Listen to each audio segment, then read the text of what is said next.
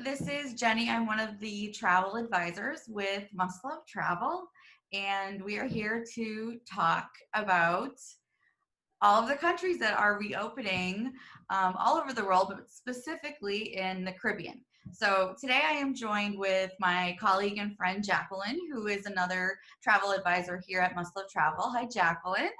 Hi, Jenny. And of course, we're here with Laura Sheely, who is our director, our fearless leader. Hi, Laura. Hey there, how you doing? I'm good. Yeah. I'm excited, and I think we all are, as the world's starting to open up. Here at home in the U.S., state by state, restrictions are starting to lift. Folks are starting to go places, and the Caribbean is, a hot spot, a hot topic. Everybody wants to get out of town and go get some sunshine and relax on the beach. And lots of Caribbean islands are starting to open up. So what we know so far is two islands that are open already. They both opened on June 4th, are St. Lucia and Antigua. Aruba is set to open sometime between June 15th and July 1st. Jamaica is set to open June 15th, and the Bahamas are set to open July 1st. So of course, subject to change, but it's something that we can get excited about and look forward to. Mm-hmm. And then I think one of the most exciting things for us as travel advisors is hearing from all of our favorite suppliers that, all of our favorite resorts are starting to open back up. Right. So yesterday, was it yesterday, Laura? I think so. Yesterday or the day before, Sandals. Oh yeah, yesterday. Sandals announced that their resort in Antigua is going to be opening June 4th. And the Jamaica, I'm reading over here. The Jamaica resorts are opening on June 16th. So it's happening right now. Jacqueline, I know you're a huge fan of Sandals and Beaches resorts. Do you have clients that are just so excited about these announcements and the openings? I do. I think that's the biggest thing. Everyone's like, when are they going to open? When is it going to be? And there's been a lot of it's open, it's closed, it's open. But now finally we're seeing it's really opening. So I have clients excited. They're starting to book into when they can travel now, not versus 2021. So it's actually really nice. It's exciting. So I'm looking forward to traveling again also. Yeah. And you just got out of town a little bit and enjoyed some sunshine in Florida. Yes, that was really nice. Yeah, so that's great. And Laura, how about you? Are you hearing from folks that they're, ready to get on a plane and?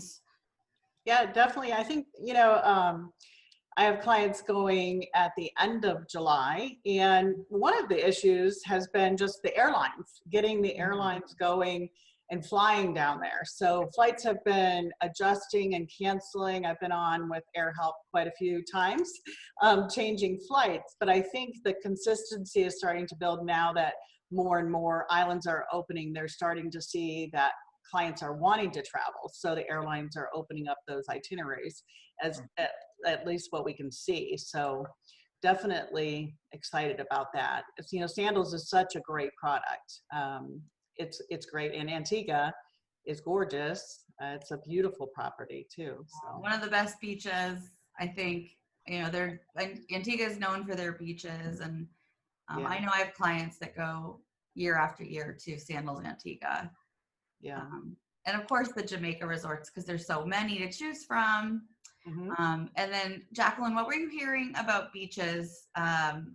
Hopefully around July. So Beaches Turks, they have put out middle of July, and I've seen where all the airlines have their dates start flying in. So the resorts are opening sooner, and then the flights are coming in. So they were definitely opening to international travel, which that's the key really in all of this.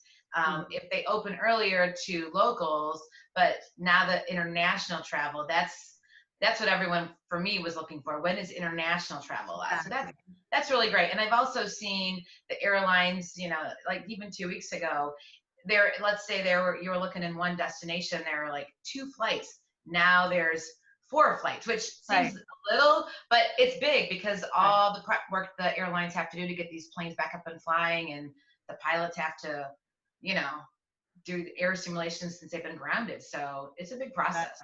Yeah, for sure. Yeah. I wanted to just briefly mention since we're talking about Sandals and Beaches, the new health and safety protocols that they've come out with. We're seeing across the board, all of our favorite hotel resort chains are coming out with some really great health and safety requirements.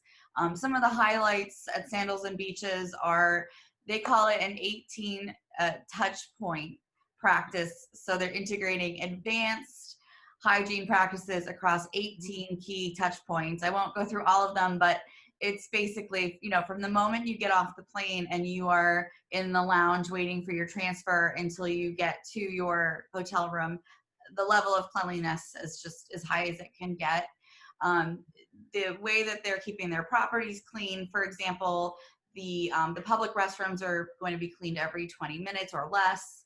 And the way that they're cleaning the guest rooms are, they're using hospital grade disinfectants, and they're steam cleaning and sanitizing the carpet every week. It goes on. And there's going to be a new system, and I'm guessing other resorts are going to jump on this as well, where you can kind of do a home to in-room check-in process, where you literally go from the plane to the transfer to your room. You don't have to go to the front desk. You don't have to, you can just kind of get there and unwind and, feel relaxed after your travel day. So I think things like that are really exciting.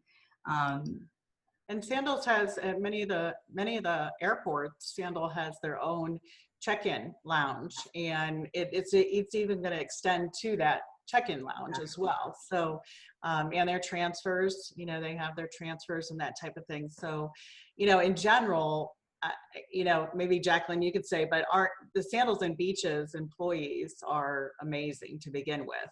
They really are. And what they're doing now, it's quite amazing. It's unfortunate that this whole pandemic started, but moving forward, the things that they're doing now for the travel industry with the way they're cleaning and just, from airlines to resorts and in between, it's really a good thing. I mean, it's really helping and keeping things clean.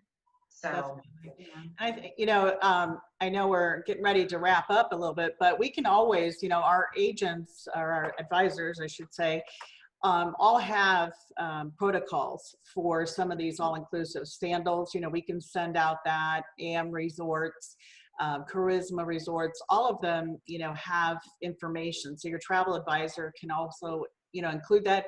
Even if you're considering going somewhere, you can look and see what's established and whatnot.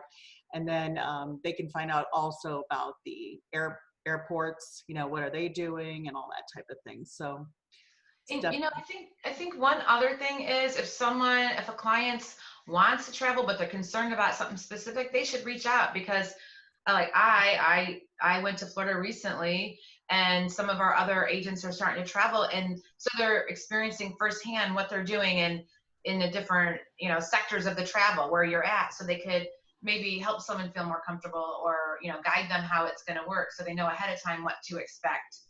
Yeah. I think it's important too to remember that as travel advisors, we are a network of information. So, I was just speaking with another colleague of ours, Amy, who recently went through 2 different airports and was able to describe the differences between the 2 airports. And so she's, telling all of us, if you have clients in this city, this is what they can expect right now. But if they're flying from this city, this is what they can expect, and the differences. So, we're all keeping each other informed as this starts to open up and folks start to travel. So like Jacqueline said, if you have a question, ask us, and we will get the answer for you from professionals. So yeah. Well, we all live in different places too. Exactly. So we have all those different Right. experiences. So that helps a lot as well. So yeah, it's very, very exciting. The Caribbean is one of my favorite places to go. I mean, it doesn't matter if it's, you know, summer, winter, fall, or spring. I don't mind going there at all because there's always something you can do. If it's hot, you just stay in a pool. Yep. If it's cold, you just go and eat. So, you know, eat, drink, you know, do something like that. So, yeah, Yep, it's great. there's always something. I agree with you 100%. I would go 12 months out of the year to the Caribbean. Yeah. Agree. Awesome. Well, thanks, ladies. This has been an exciting update, and we will look forward to the next one. Thanks, Jacqueline, for joining us. You're welcome. All right. All right. Bye. Bye.